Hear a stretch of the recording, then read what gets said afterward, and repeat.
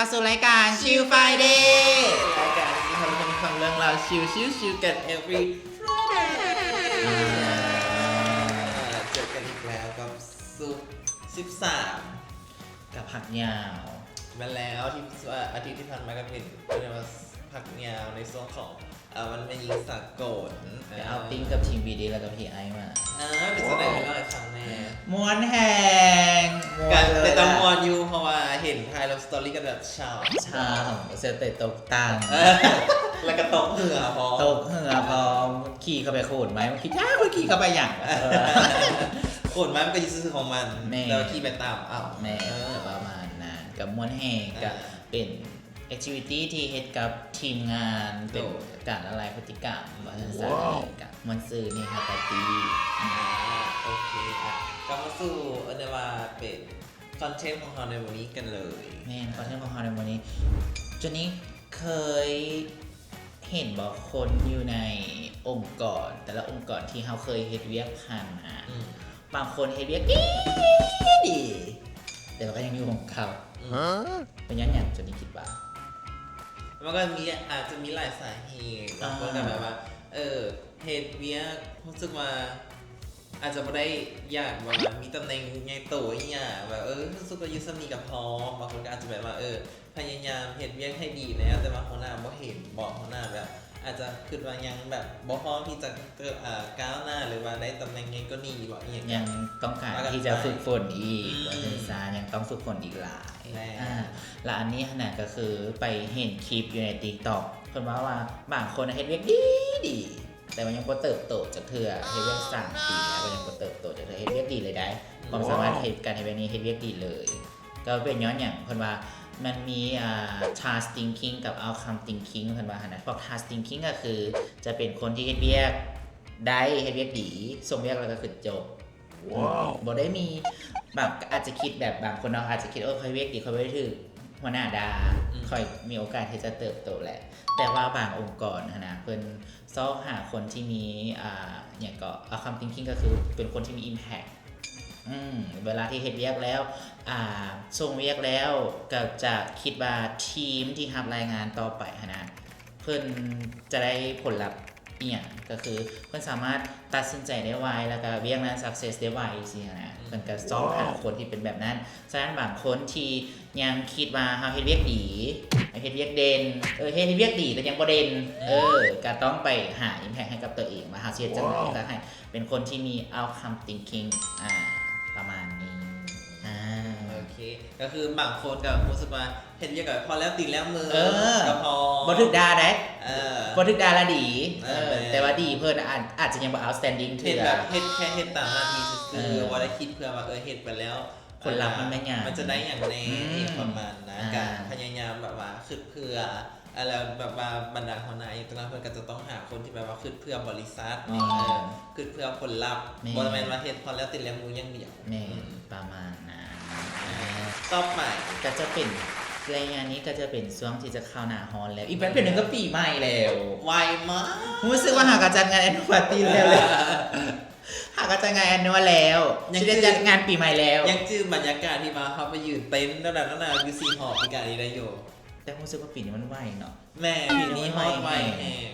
แบบหาครับแป๊บๆแล้วก็ที่ปีใหม่ปีมันก็กลางปีแล้วได้แล้วก็สิบวันปีแล้วใช่ไหมแม่นแล้วแล้วช่วงนี้ก็เป็นช่วงที่อากาศค่อนข้างจะร้อน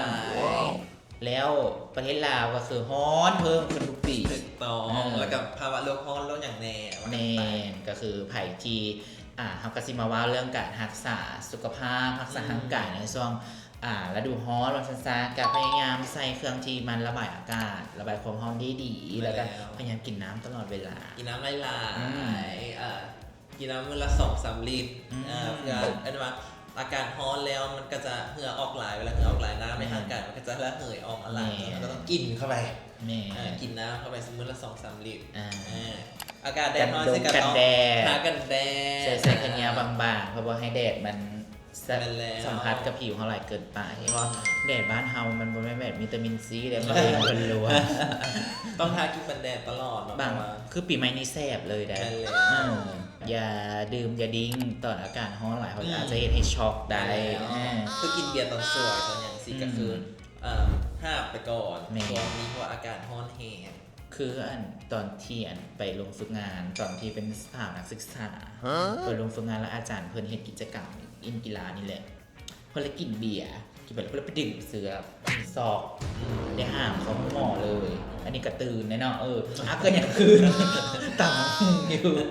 ห่วงโคกต่ำหุงแน่แล้วก็ห่วงอาจารย์คนแน่แต่ว่าจะต่ำหุงก่อนให้มันแล้วก่อนจ้ะ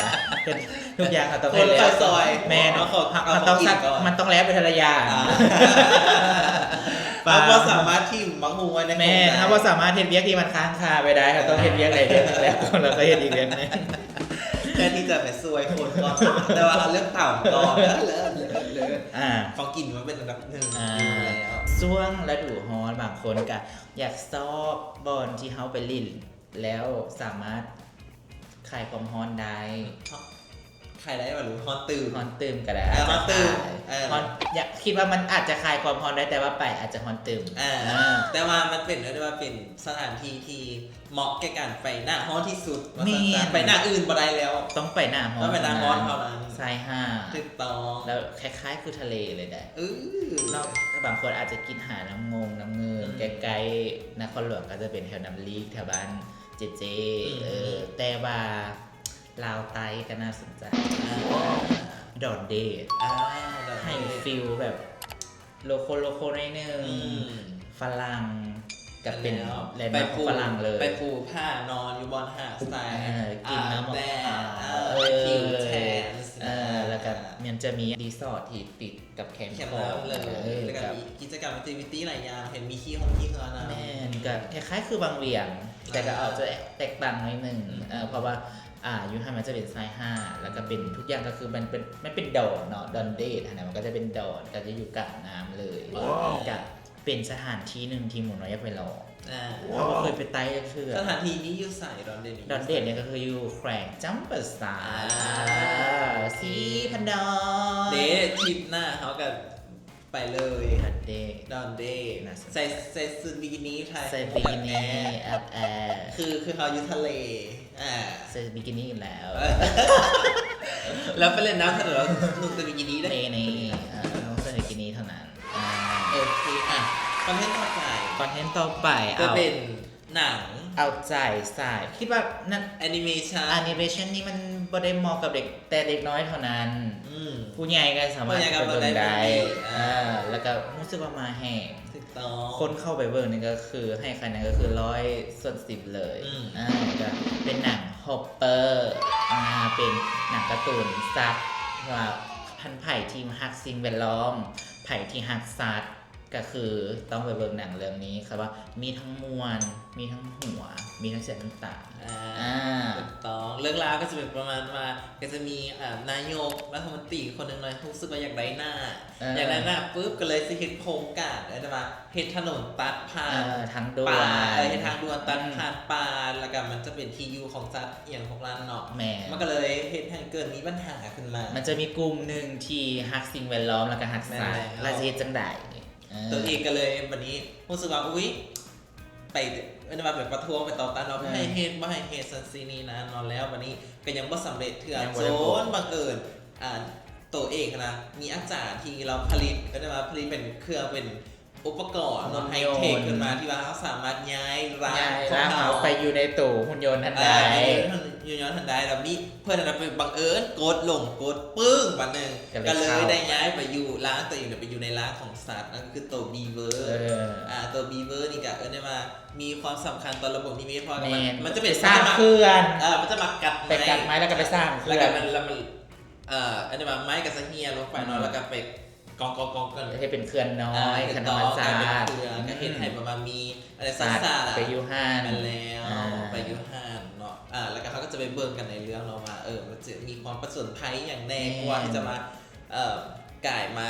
ประสบความสำเร็จเขาต้องไปลุ้นน้ำกันว่านางเอกหรือว่าตัวเอกเขานี่จะสักเซนหรือเปล่าเราไปเบิ่งกันได้ที่หงหนังคอมเมเจอร์แล้วคอมเมเจอร์แล้วกับคันไผ่บ้างช่วงไหนเวลาไหนก็เข้าไปเช็คเวลาเบิ่งได้กับเบิ่งได้ทั้งคุณยายแล้วก็เด็กน้อยเลยพาลูกพาหลานไปเบิ่งได้ล่าสุดพี่พลก็สิไปเบิ่งแล้วไปเบิ่งแล้วโอเคกับหนังฮอปเปอร์เด้อ วันนี้สุดท้ายสุด จ้ะ เราจะมาว้าวเรื่องของ AI อืม เปิดตัวไปแล้ว กับ Samsung Galaxy S36 36 Ultra ก็คือเป็นที่ดึงดูดแล้วก็น่าสนใจเรื่องของ AI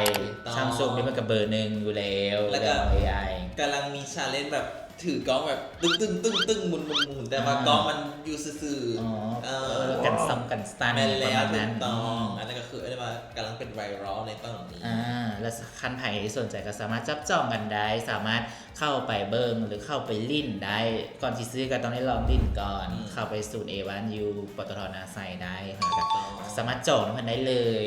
ช่วงแรกๆนี่ช่วงเปิดตัวนี้ส่วนใหญ่ซัมซุงมันจะให้เปิดจองเนาะหลังจากเปิดเมื่อช่วงเปิดจองแล้วเพิ่นจะช่วงเปิดจองแล้วเพิ่นจะให้อัพอย่างก็ความจำฟรี สามารถเอาความจำฟรี 1 เทราไบต์คันสมมติว่าเมื่อช่วงจองไปแล้วนะ1 เทราไบต์มันจะบ่มีมันก็จะเป็นเพิ่มเงินขึ้นก็สามารถเข้าไปเบิ่งแล้วเข้าไปเบิ่งสีนั้นสีนี้สินะ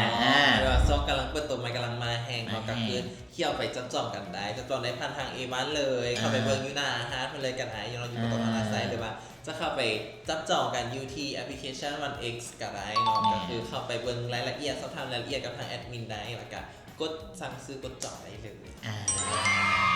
กับอาทิตย์นี้กับมาทันนี้ได้แล้วแบบแหมเวลาเป็นความสุขนี่ต้องทันไปไวมันไวเลยแล้วก็ท่าเบอร์มาที่หน้าสิมาว่าเรื่องเนี้ยสถานีกับฮากามาเสิร์ฟทางสารนาโฮบอกว่าจะเป็นเทคนิคการเมียการดูแลตัวเองส่วนฤดูร้อนและก็สถานที่ท่องเที่ยวที่เหมาะกับเทศกาลฤดูร้อนมาจากมันก็ร้อนโดนเติบอยู่ได้แต่ละปีมันได้ฝนมันก็ฝนให้ฝนบ้างนี่ก็คือสามารถไปได้เลยแล้วก็เรื่องของหนังที่ให้ความหู้ว่าซันซาบ่เป็นแต่ความม่วนก็ให้ข้อคิดหลายๆอย่างเกี่ยวกับเรื่องสิ่งแวดล้อมเรื่องการเมืองเรื่องอย่างนี้ก็สามารถพาเด็กน้อยพาผู้ใหญ่ไปเบิ่งนำกันได้สุดท้ายก็เป็นเรื่องของผลิตภัณฑ์ที่ดีจาก A1 นั่นก็คือ Samsung S36 Ultra The Series หรือ The Series หวังว่าคอนเทนต์ที่เรานำมาเสิร์ฟในมื้อนี้เนาะก็จะถูกอกถูกใจท่านผู้ชมแล้วก็ถ้าเบิ่งติดตามกันต่อไปเนาะว่าในอาทิตย์หน้าเขาจะมีอย่างมาเสิร์ฟให้กับทุกๆคนสำหรับวันนี้วันนี้บ๊ายบายสวัสดีบ๊ายบายต้องขอกล่าวคำว่าสบายดี